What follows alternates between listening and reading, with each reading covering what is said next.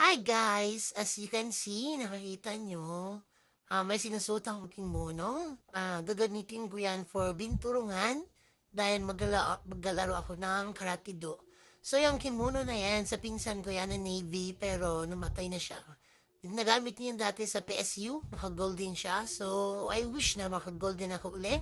Kasi last 2023, naka-gold ako. Wala pang training yon. Then, yan, ginaguluhan ako sa part na yan kasi, ayan, tignan nyo, di ba? Oh, ikot-ikot pa. So, nasuot ko na, mali naman pala. Okay, tinanggal ko uli. Okay, kabila pala dapat yung isusuot.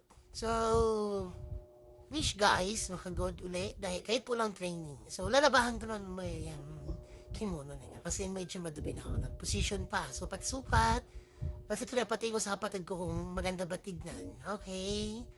Oh, may sipa-sipa pa naman yan. Model-model. Okay, nagsipa. Sipa pa. Oh, di ba? Yung kaya. Akin na. Bye!